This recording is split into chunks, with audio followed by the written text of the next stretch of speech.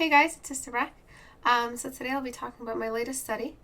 It was a lot more successful than I imagined because you guys know that my last month's study, I wasn't very proud of it. You can tell because I never posted it on Instagram. This one was very, very different in that it was me back in my old ways of sketching.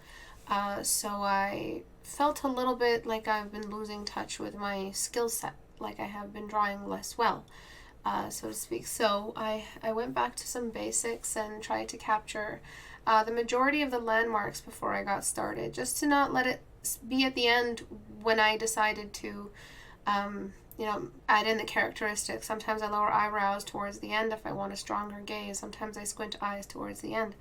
But the sketch this time had all of these already factored in. Another thing that I did, a really big thing, is I went back to my number 2 dry oil brush, which I took a break from it. I went for the strong marker blocking brush that I have in my sketching set. And I kind of just took a break from my dry oil set. So I felt like I had been home again, like I came home again. Because it was very, very weird. Another go-to tool that I used to have was my soft brush, which is in, I believe, my skin and blending set.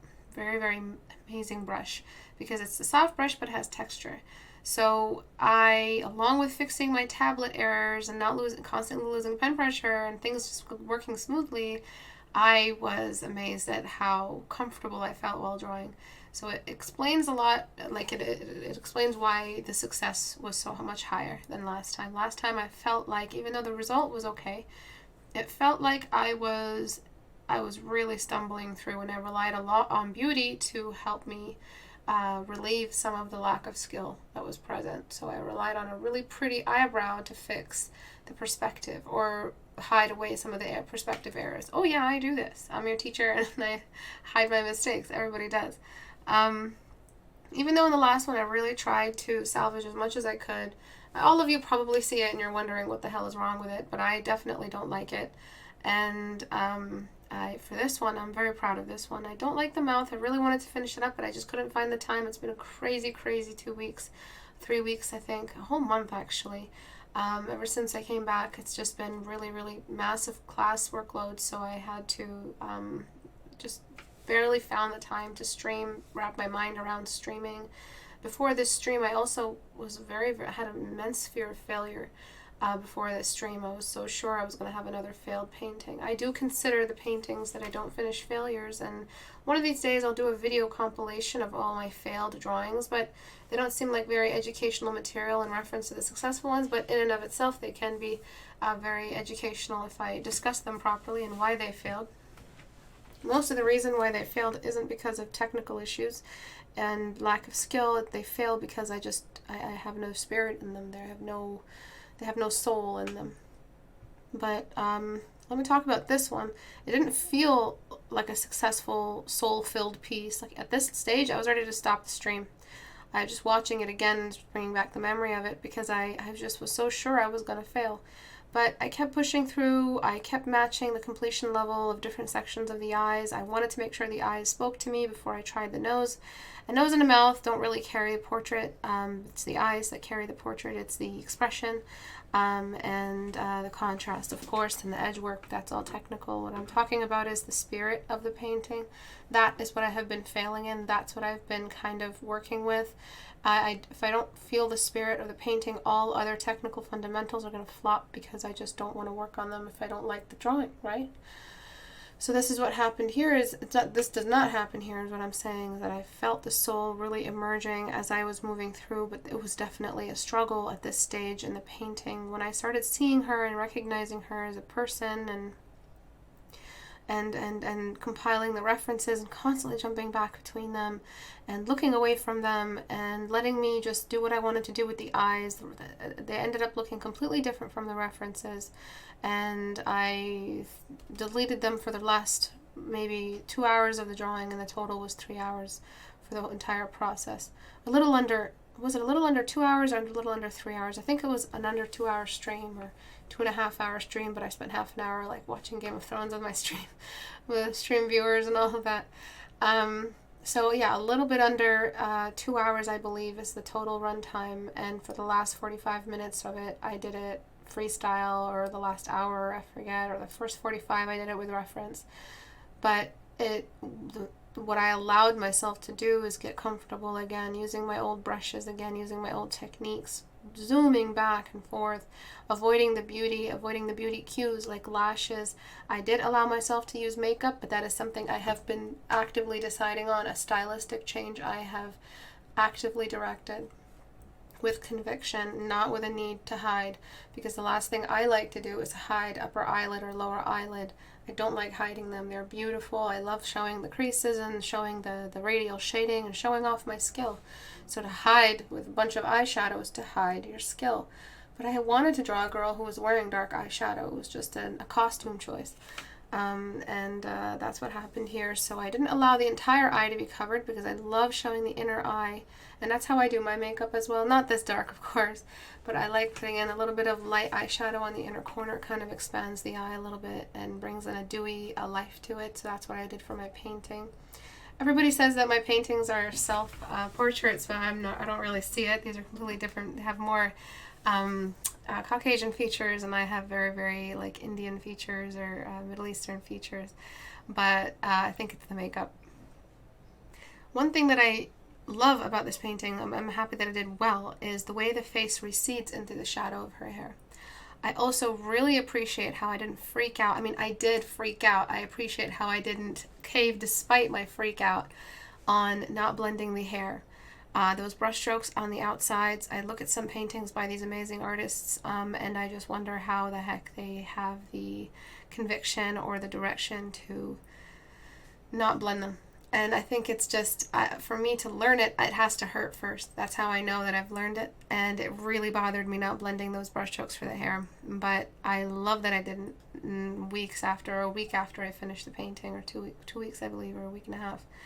I'm happy that I didn't. And I love what they've added to the painting. I love how they've worked as a hazy out exterior for the edges of the canvas.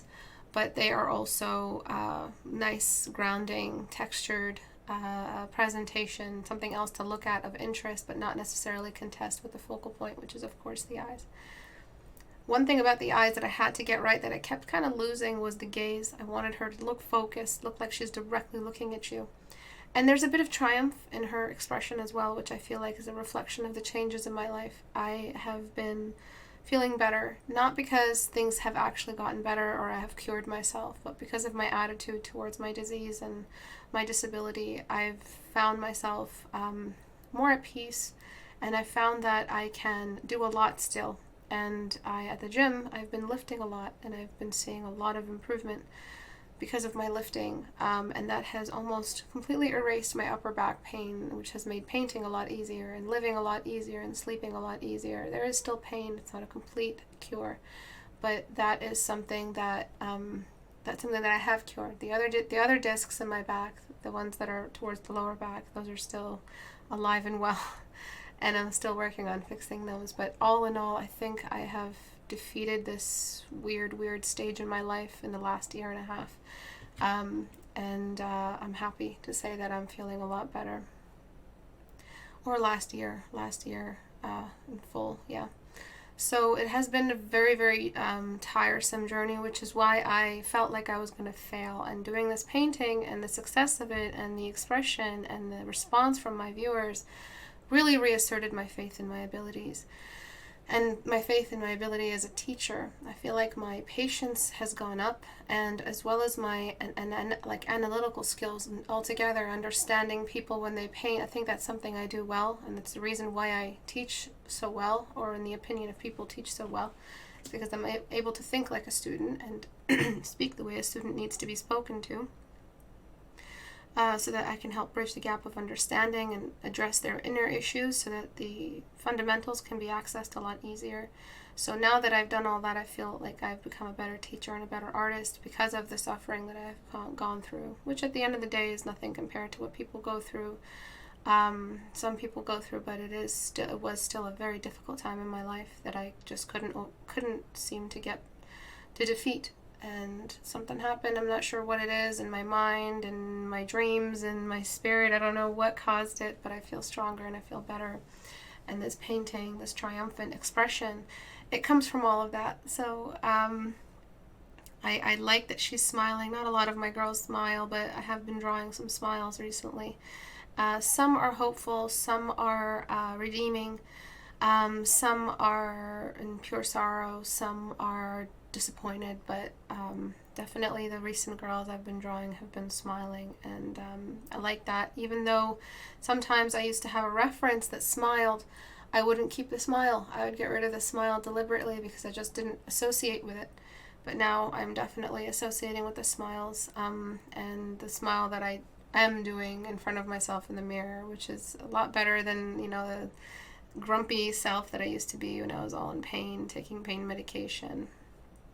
That was also something I'm not doing recently. I'm not taking such heavy medication anymore, these horse tranquilizers that they give me so that I can function. I don't need them anymore as much as before, so I think that also helped me feel a lot at ease. While painting, I also didn't feel sleepy, so that helped with my alertness and being able to capture more of what was in my mind, what was in my visual library, and what's in the reference. Definitely don't feel like there's a haze or a curtain in front of everything I look at. Sometimes it is like that. Sometimes you don't have enough sleep. Sometimes you're dehydrated. Sometimes you're on medication. Those are reasons why we could suck at drawing. Those are reasons why our drawings aren't as successful. So the eyes being brown is something I went back to, which is something I didn't do in the last month. Using colored eyes was a way for me to get out of drawing a bad painting. But at the end of that bad painting, I did go back after a couple days and handed in to you guys a brown-eyed character, not the colored-eyed version she was in when I was more insecure about my process. So I tend to do that, and I think you guys should look out for that as well. Brown eyes aren't superior to blue eyes or the other way around. It's just that brown eyes help you not use the anime cues for beauty and help you as an artist explore the depth within the eye, in the shape of the eye, instead of the decorative aspects of the eye. And we're always in danger of falling back to those decorative, topical glitter and sprinkles that excuse the sub-base of fundamental lacking or something like that.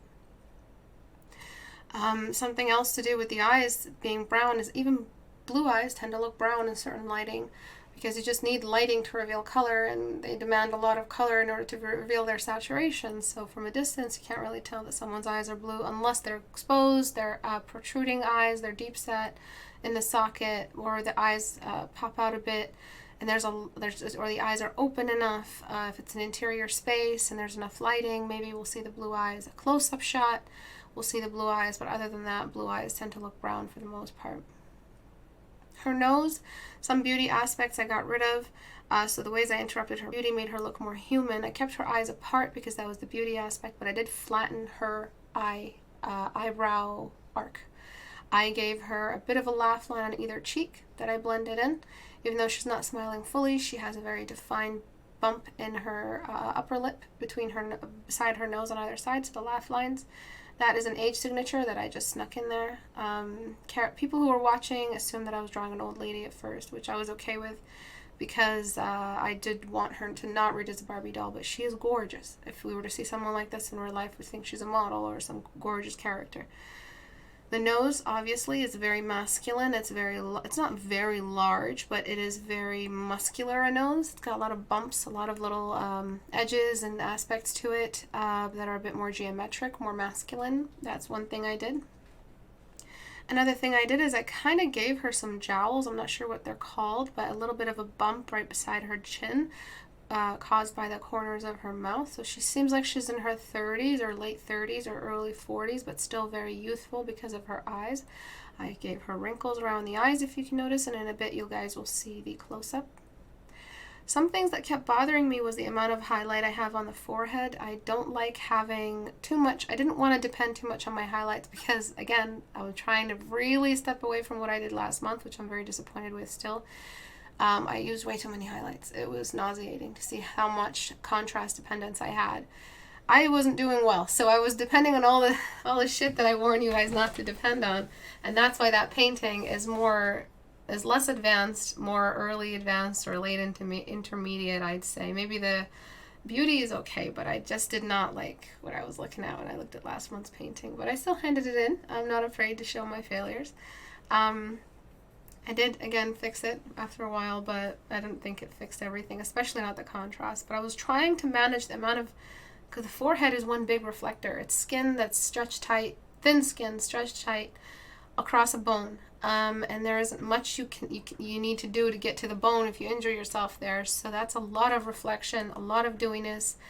The oil from the hairline drips down on top of the forehead, causing even more shine, as some girls know.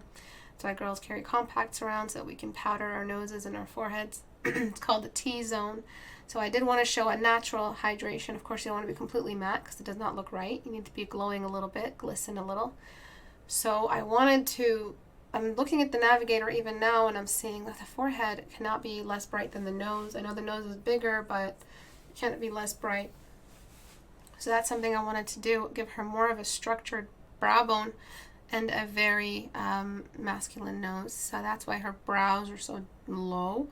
But not in the sense that she's a man, and that she has the silhouette of the shape of a man's forehead and the nose. So if you were to cover her mouth and lower half of the face, so the triangle shape, and get rid of the makeup, you would see a male eye. The actor for Prince Caspian, I forget, so she reminds me of him. Also, really, really big influence is the female character, the little actress from Logan, Daphne Keane. I really see her face in there. So I guess it was just watched that movie recently or something, or seen clips from it, and that's where that came from. She kept just coming up, and she has very low eyebrows. Search her, Daphne Keane. Look her up.